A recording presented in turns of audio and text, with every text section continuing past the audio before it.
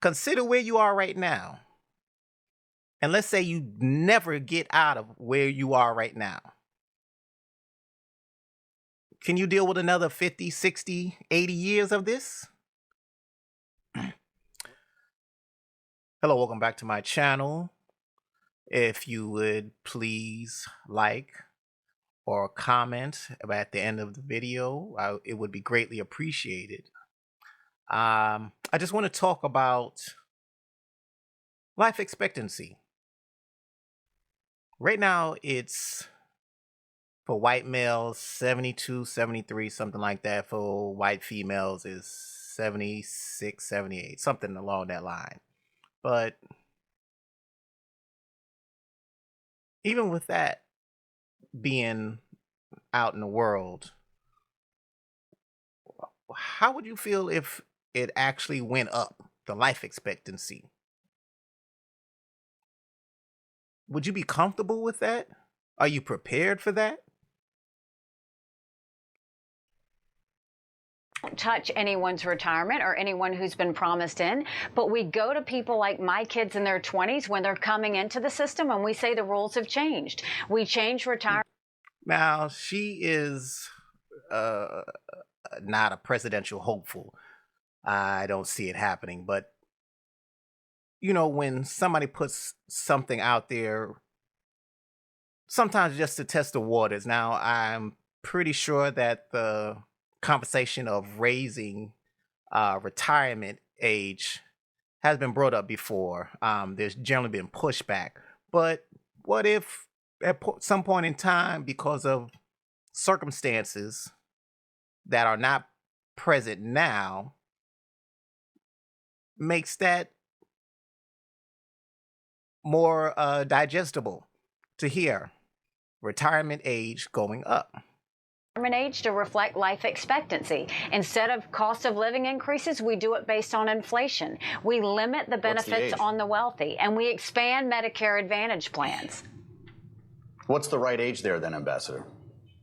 Well, I think we have to do the numbers. We've got to figure out what it is. But what we do know is 65 is way too low. And 65 is way too low. I don't think too many people would agree with that. I think there are a decent amount of people out there that are saying it's too high. Some might say it's too low. Not a great majority. But what if it is? What if it does happen that the age of retirement is raised, not by a little bit, but by a lot? we need to increase that. We need to do it according to life expectancy. Are you comfortable with that? Because, you know, we got a lot of Gen Zs and Generation Alpha, and I don't know how you go to Alpha, but anyway, how would y'all like that? How would you like that the retirement age would be raised according to life expectancy?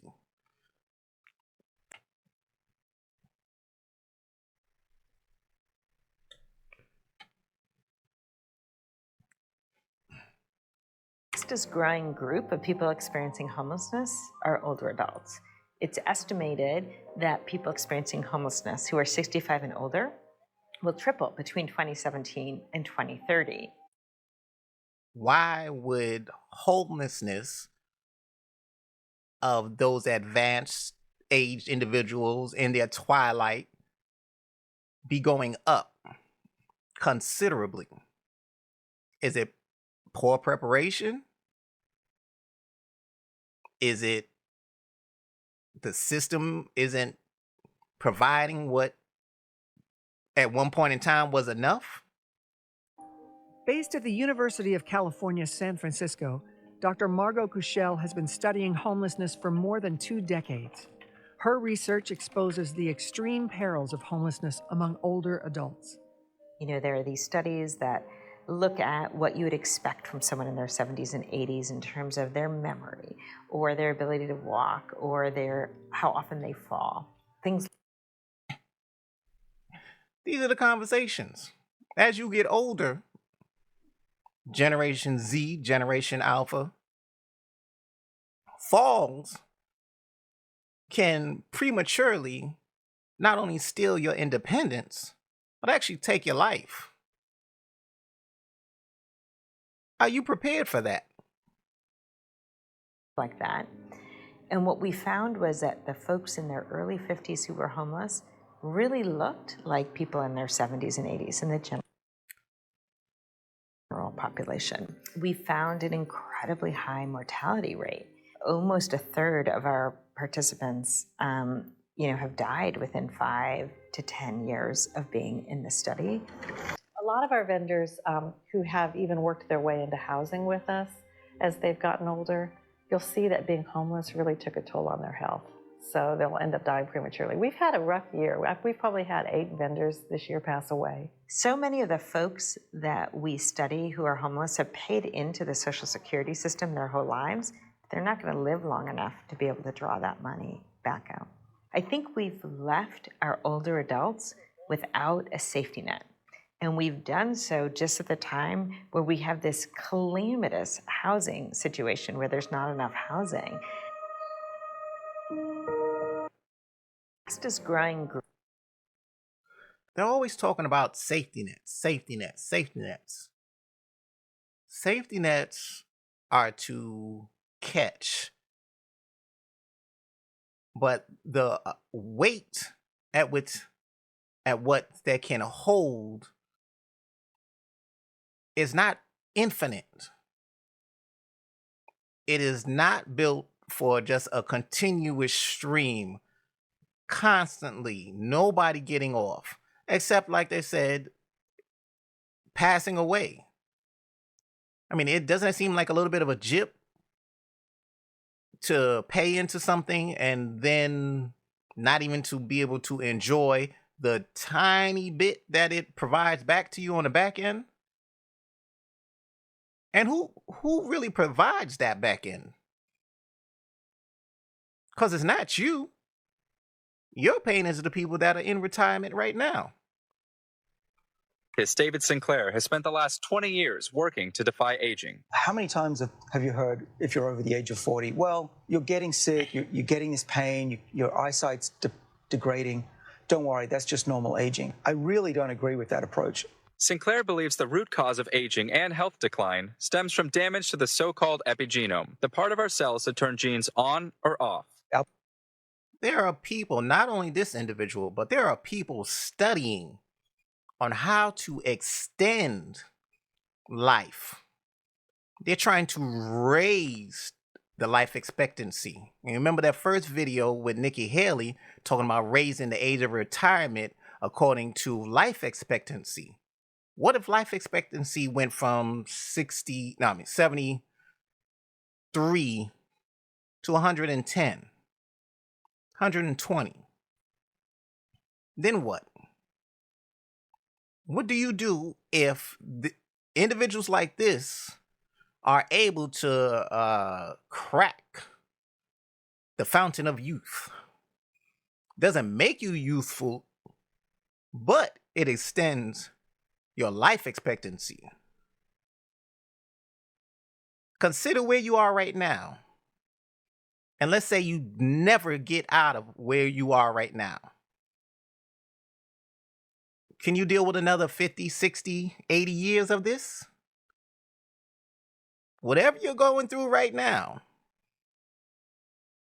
can you deal with vastly longer time of dealing with that? Does that, if it's good, I'm sure it's something you can say, yeah, I could do it. Oh, please, more, please.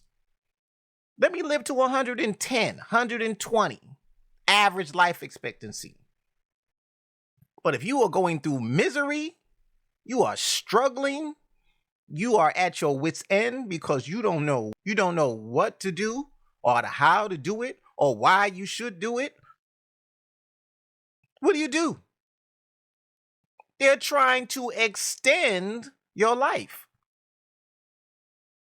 Are you a fan? Are you absolutely against individuals like him and the rest who are trying to extend your life. Bodies have two different types of information. We all know about the DNA. Now, there's another type of information that most people don't know about. It's called the epigenome, and it's the reader of the DNA. Like, if you have a compact disc, it's like scratches on the compact disc, so you can't read the music. As we get older, we lose the ability to read our DNA correctly. And so how do we get those scratches off?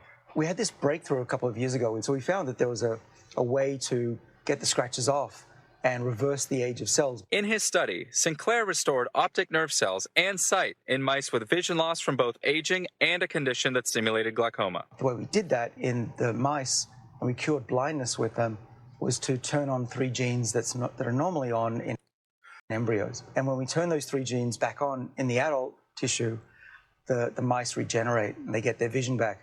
And now, in what the researchers are calling the first study of its kind, Sinclair and his team were able to age the mice and then make them younger again. In this video shared by Harvard, these mice are the same age, yet one is visibly older. How did they do it? By literally breaking up the DNA. And I know there are some people out there that say, oh, well, that's just for the rich. Why would just the rich benefit from this? Is it more advantageous to extend the lives of those who are suffering the most?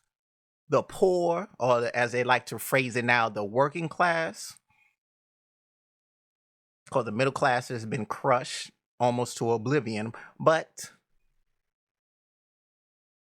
do you think they would just give that to the wealthy? Wouldn't it benefit everybody? Especially those who are at the bottom? Because nothing's more expensive than being poor.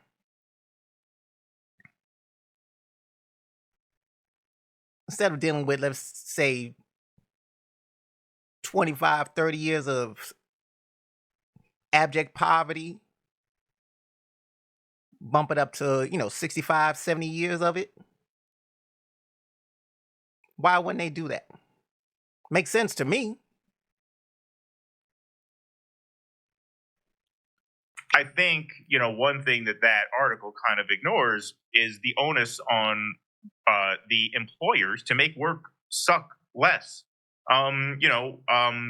When you make the American dream unattainable, that has an effect on morale. Like, it's tough to tell a young person, hey, straighten up, young man, and straighten your collar and put on a tie and go nail the interview. Or do what? What is the option? If you're not working for somebody else, that means you're working for yourself. And even in working for yourself, you still have someone to answer to. Your customers. You start your own business, you have to answer to your customers. There is no safety. There is no refuge. It's just varying degrees of uncomfortableness. Nobody said life was easy. If they did, they were lying to you. It's supposed to be difficult. When you see a nature show where a leopard chases down a newly born gazelle, do you say, oh, that's not fair? Or do you say that's life? So what makes it any different for us? Just because we have quote unquote technology, automobiles, skyscrapers, you think we're immune to suffering? We're immune to difficult task? What he is saying is, in my opinion, nonsense. Because if one company is not to your liking, where is this mecca company that you're going to work for that's going to be to your liking? Either the pay is not going to be what you want because you don't have the skills, or you have the skills and they require Herculean task in order for you to keep the job. Never mind management or the working environment, the people you have to deal with, the personalities and idioms and ideologies that you have to deal with. Because if you're not dealing with it at company A, you will definitely be dealing with it at company B, C, D, all the way through triple Z. So to say, oh, well, these companies need to make it easier for what? Because if you're not doing it for them, you're doing it for yourself. What's in it for them? Really, what's in it for them? Can you point to anything and say that a person coming out of a working class background has a chance to even own a home? You got BlackRock and Vanguard buying up all the houses. The game has been so rigged that people think, well, why bother? Why bother? Coming out of the lockdowns, why bother or do what? Or do what? With the universal basic income? That is a trap. There is no such thing as free money. There is no such thing as free lunch. You pay on the front end or you pay on the back end. And if they're giving you money on the front end, trust and believe the back end is going to be horrible.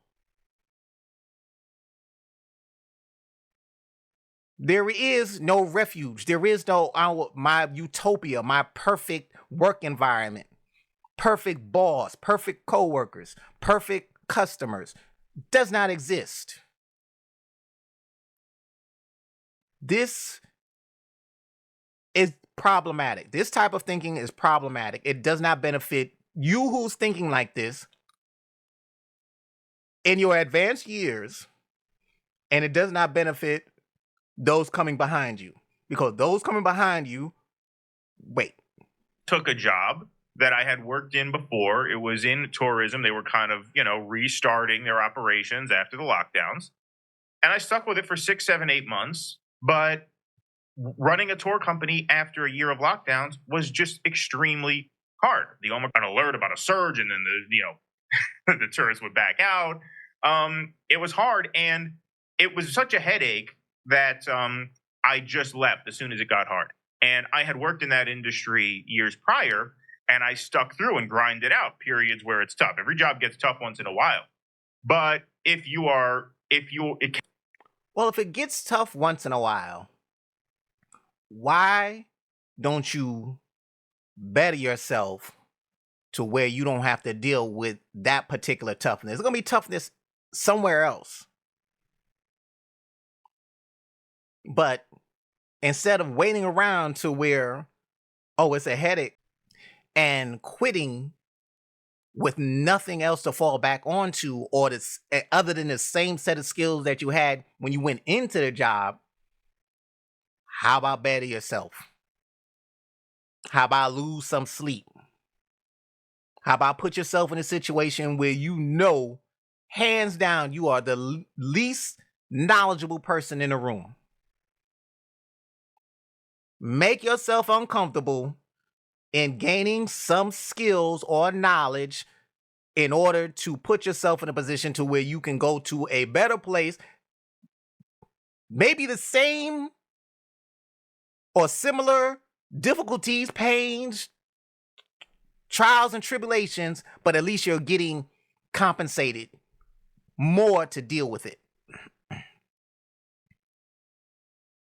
Looking for this utopian workplace is insanity. Can at least envision a light at the end of the tunnel somewhere. You stick with it.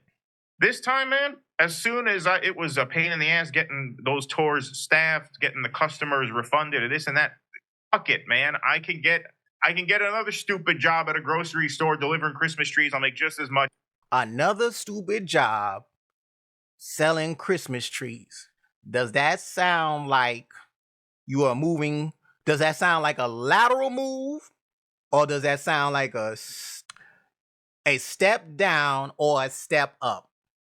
Because if it's a lateral move or a step down, you are just waiting around for a bunch of pain Pain now and absolutely pain down the road, because I'm just assuming that that travel industry job he was speaking of is what you would call a low barrier to entry.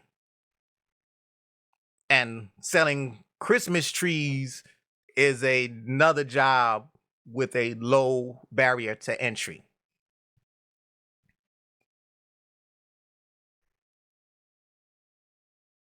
Pay me on the front or pay me on the back end. You're going to have to pay. There is no getting around it. And if you pay on the back end, you are looking at a world of pain, especially if they're able to extend the life expectancy. Money, when that starts being more trouble than it's worth, I'll go get another one. Every place was hiring. That's called supply and demand. That's called the market. That you could. Yes, and the supply and demand he is talking about means if you do not have a skill set that warrants above compensation, you are moving from one low paying job to another low paying job to another low paying job. Is that good, considering they might be able to extend the life expectancy of everybody? Say is capitalism. It's not unique to capitalism, but it's certainly an element of capitalism. And it seems like the employers get very indignant when... Indignant? What else you gonna do? Where else you gonna go? Low barrier of entry. What else are you gonna do? Why are they pressed for somebody who's working at an entry-level job? Because there's a ton of people waiting in line to fill those positions. That's why the jobs exist. They have always existed. Fast food, temp work agencies, all of those generally have a low barrier of entry. And there's always somebody ready to fill those positions. Young people don't play their game anymore, which is what's happening now, because a lot of young people understand that the game is not a game. The game is just a road to nowhere. And I think, aren't these the same people who are crying about inflation? Aren't these the same people talking about I can't afford? He's talking to people who are making TikToks and all these other quick form videos to talk about, oh, this is not right. I can't afford five items from the grocery store, $115. The game, as he said, is life. If you don't put in the work, be ye lion or let me see, no, that's not right. Be ye cheetah or gazelle, run. Your life depends on it. You either run your behind off as that cheetah to catch that gazelle and eat, or you starve to death. Or you're the gazelle and you run like your life depends on it, or get eaten because your life depends on it. There is no option. You have to do what you have to do. And that's the hard stuff. I don't want to work in this company because the co-workers are X. I don't want to work at this place because management style is Y. I don't want to work here any longer than I have to so I can get a better paying job. There is no other option. He's talking like there's some type of system that's going to fulfill all their wishes with no effort. Doesn't exist. And remember, life expectancy, they're trying to increase it. I think that's probably the biggest dynamic. That's not to say those other factors are not there. I think they are. I think the tech has something to do with it. And I think the sort of social anxiety coming out of COVID has something to do with it. But from a macro sort of perspective, it comes down to supply versus demand. You want someone to do something for you? What's in it for them? If you don't have a compelling answer to that question, sooner or later, they're not going to do what you want anymore. Right. It's as simple as that, really. What's in it for you? The ability to eat, the ability to keep a roof over your head, the ability to not suffer any longer than necessary. And loss of sleep because you're trying to bed yourself is not suffering. It's putting in the work on the front end so you don't have to suffer on the back end. Social Security and Medicare make up over a third of government spending today, and they're expecting that to grow significantly over the course of the next 30 years because they can predict that the population of people aged 65 years old and higher is going to increase substantially over the next 30 years. This is the chart of the U.S. population by age group, and it's showing us that the number of people that are older than 65 is going to go up from around 60 million people today to 85 million by 2050. As we age, we tend to work less and rely more on government benefits from Medicare and Social Security, and those benefits are financed by the current working population. That's how the system works. It's how it has always worked. The problem comes when the number of people that are working decreases relative to the number of people receiving the benefits. So, these Gen Zs and alphas and so on and so forth who are talking about it's too hard and all of this, they're going to be impacting probably my generation because of the lack of money that they're putting into the system. And there's a whole thing about the system is going to be bankrupt by such. But considering the way things are moving, kind of makes sense. But you got to think about you, Generation Z and Generation Alpha, and whoever comes after you.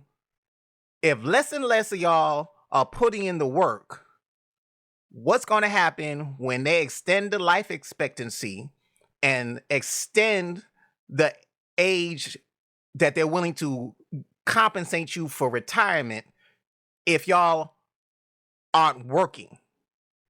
Or y'all are relying on this universal basic income. Because if you're getting basic income, that means your ability to take care of yourself in your advanced years, which can be possibly be extended, means it's all on you. You taking care of yourself is all on you when you are 65, 70, 80, 90, maybe 110. Y'all are in for bad days. Back in 1962, there was around 4.3 workers for every person benefiting from Social Security. Today, that number is down to 2.8, and it's projected to continue declining over the next 20 years. Back in 1962, the government's budget was balanced, and government debt was actually declining relative to the size of the economy. Ever since 1982, we've seen the budget deficit begin to widen, so you can understand why debt would be projected to increase even more, given that this ratio is going to be declining. This is another argument for why we should expect debt levels to rise over the coming decades, but it doesn't have to be that way. So as you can see, United States, just under $13,000 per person as far as healthcare, but everybody else is, the average is literally just about half, and other countries are significantly less. And we can, talk about the situation in those countries, but I'm saying they're talking about cutting back. And if they cut back, that's going to be on that Medicare, Medicaid. That's not going to be necessarily on a private health insurance, on the health insurance that you get through your job.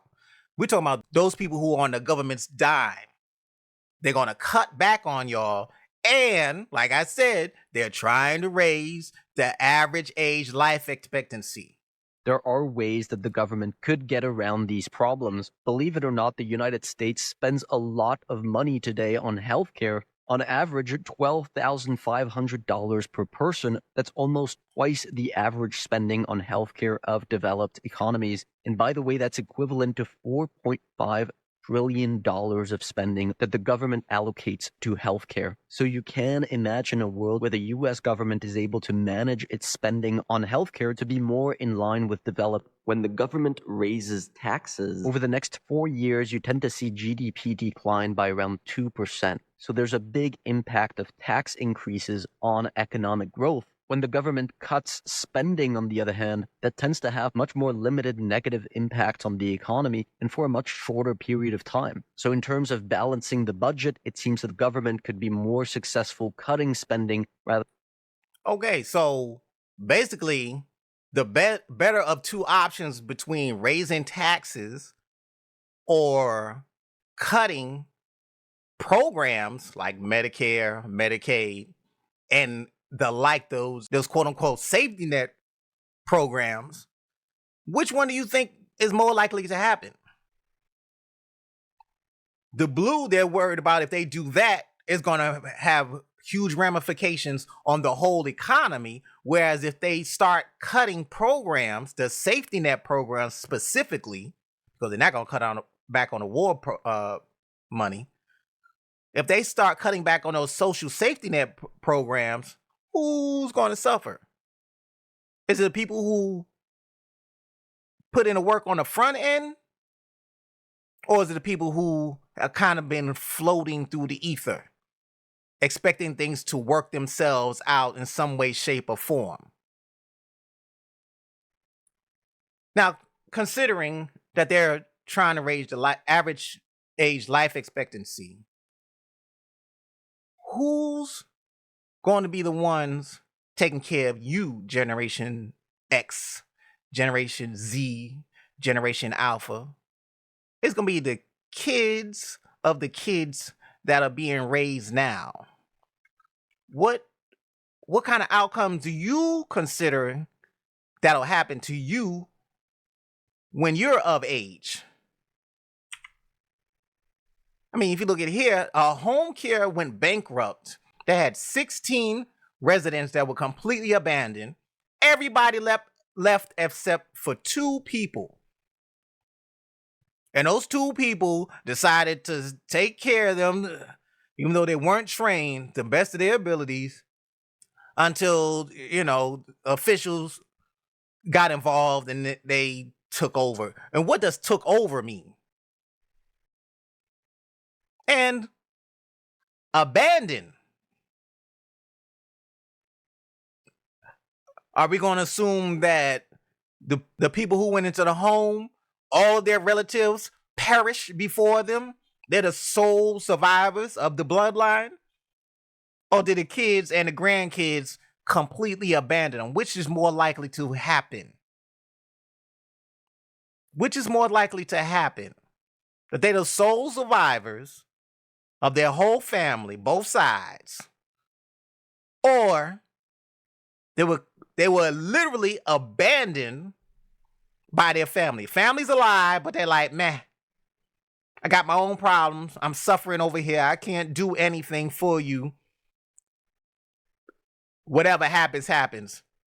Great knowing you. Which is more likely to happen? I don't know. No, you sure you're not? Miss, I need you to pay attention to me right now. Step out. No, Get out here and talk to me away from the show. Okay? I've had 2 people call in about you swerving. Step out and talk to me. I'm not big swerving. Your speech is very slurred. Okay, and I'm sitting here in the parking lot. Yeah, step out and talk to me now. Ma'am, I will reach in and grab you and pull you out. I have that ability, okay? No, you know what? No, you don't. Because I wasn't doing it wrong. Ma'am, can you step out of the car for me, please? I want. Step out. No. Don't you touch him. He just don't touch me. Get out of the car. Get out of the car, please. No. Get And she is putting hands on us and me and my mom, and I am pregnant. I am pregnant. And you better let go of her unless you want to go to jail too. I don't give no. I am pregnant. Stop putting hands on me. That is illegal. I'm trying. Get out. Let me come. You are scaring my little siblings. Get off. Get off. This is my phone. You will. Now, consider all of this is going down in front of them little children. You heard them screaming in the back. And I apologize for clearing my throat. I was sick while I was recording that, but just like now. But anyway, consider the impact on those children watching their mother and older sister conducting themselves like that, to the point to where total strangers are putting their hands on basically their world in front of those kids. How does that impact them to when they get older and they're working age? What kind of work are they going to do? What type of work are they going to be capable of doing in order to pay into the system that's going to take care of her mother, those kids' mother?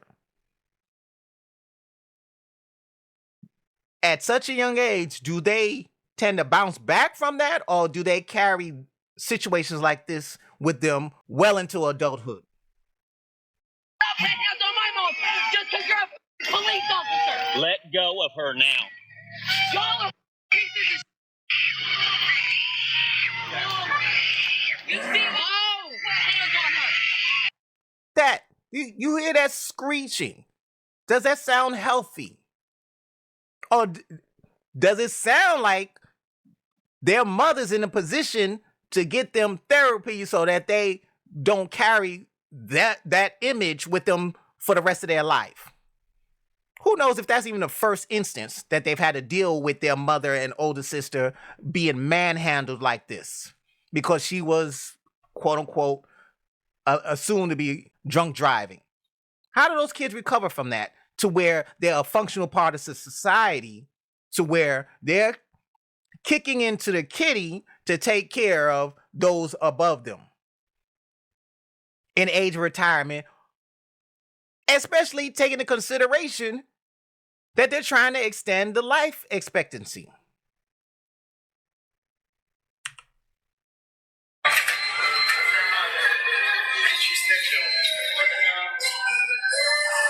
She has a gray sweatshirt and maroon pants.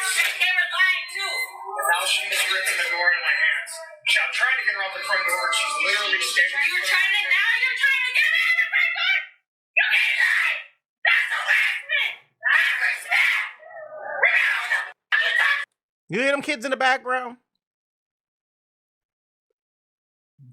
Do you think that they are going to be viable assets to society to kick into the kitty and or be in position to take care of their caretaker, I believe that's their mother, when she's of age? Or is a high probability that she might be one of those people who was abandoned at the nursing care facility?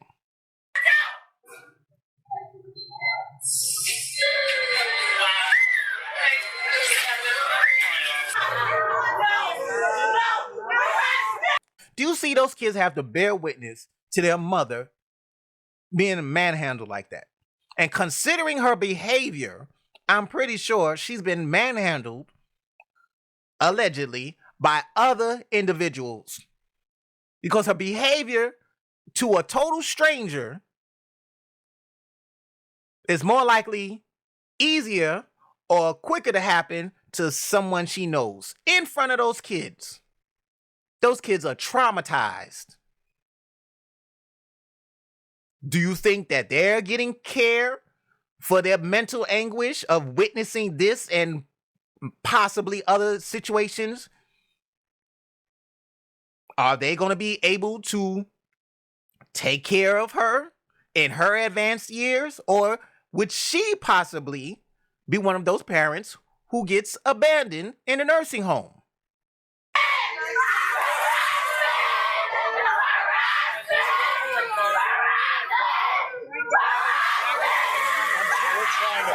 kids, but they're not moving.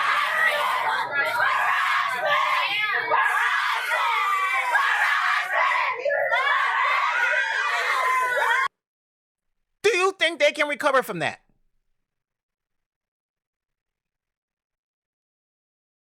Do you think that those individuals are going to be able to function outside an entry-level job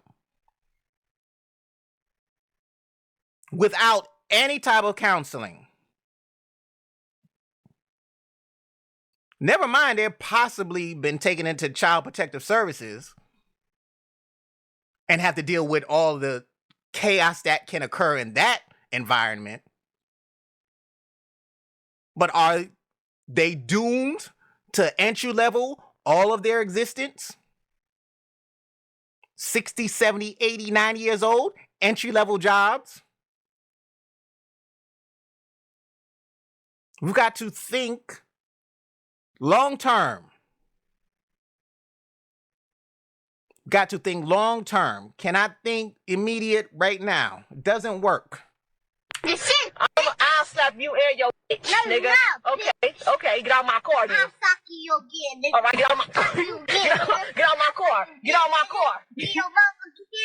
Okay, so at what age do you start teaching him how to communicate with people so he can get past an entry-level job? At what age do you start talking to him and kids like him and get them to understand how to communicate so they can get above an entry-level job? With the express purpose of getting a better job, they can take care of their mother or sister, not sure who this person laughing is, but that they can get a job, career, to where they can be in position to take care of those before them. At what age do you start having this conversation? Because I personally think now, like before he was even able to. All right. I knock you out like 7, knock you out. Dead homie, nigga. Dead homie. Get the fuck out my motherfucking car. Get the fuck out my motherfucking car. No, this what? Okay, you let 7 knock me out. And Why do people think kids are for their entertainment? Why do people believe that kids are there just to S and giggles? Sugar, honey, iced tea, and giggles.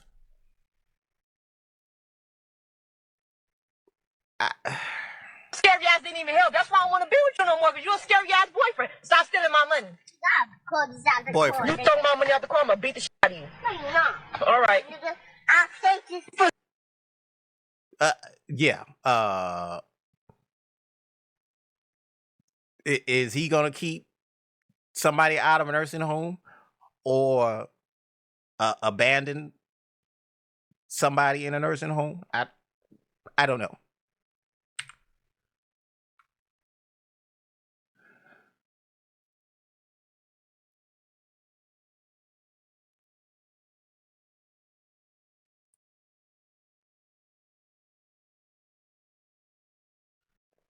I mean, this little kid is wilding. He is literally going at the police in front of his siblings, I would assume, like he don't have a care in the world.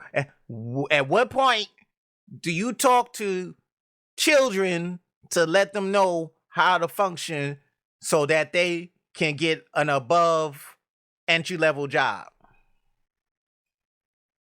What is the age to where you start talking to them about how they conduct themselves in public and how they speak with people in public so that they can get above entry-level jobs?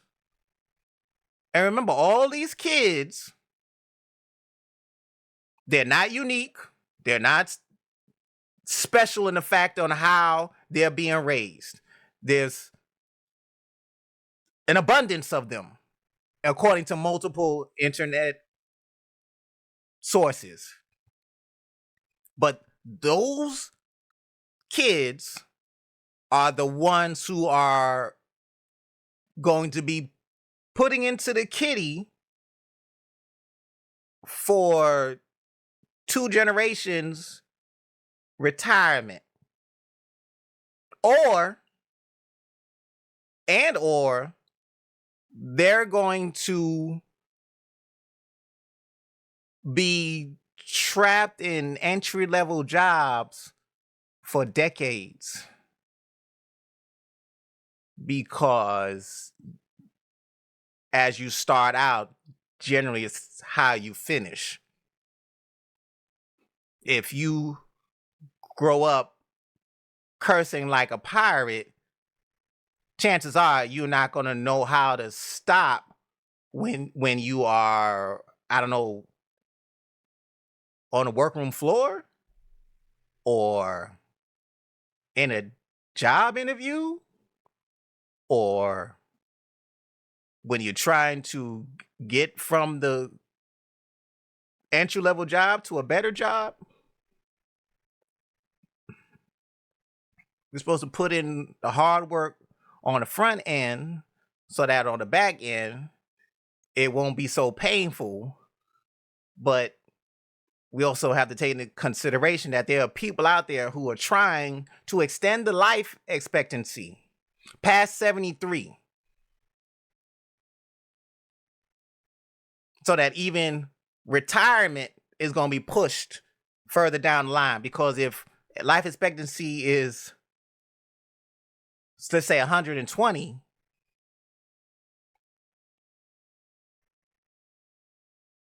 Social Security, which probably won't be there, but Social Security is not going to be able to take care of you from 65 to 120, 130 years of age, considering the cost that are associated with being poor. Poverty is very expensive. So the medications, the care, the food, safety, staying active is that much more harder, especially when you taking in consideration that they are working on making it longer. The average life expectancy, which means, they're going to have to raise the age of retirement. Anyway, that is something that I think should be considered for further discussion. Consider liking, subscribing, and sharing this information with somebody who you think might find it interesting. And that's all I have. Thank you for your ears.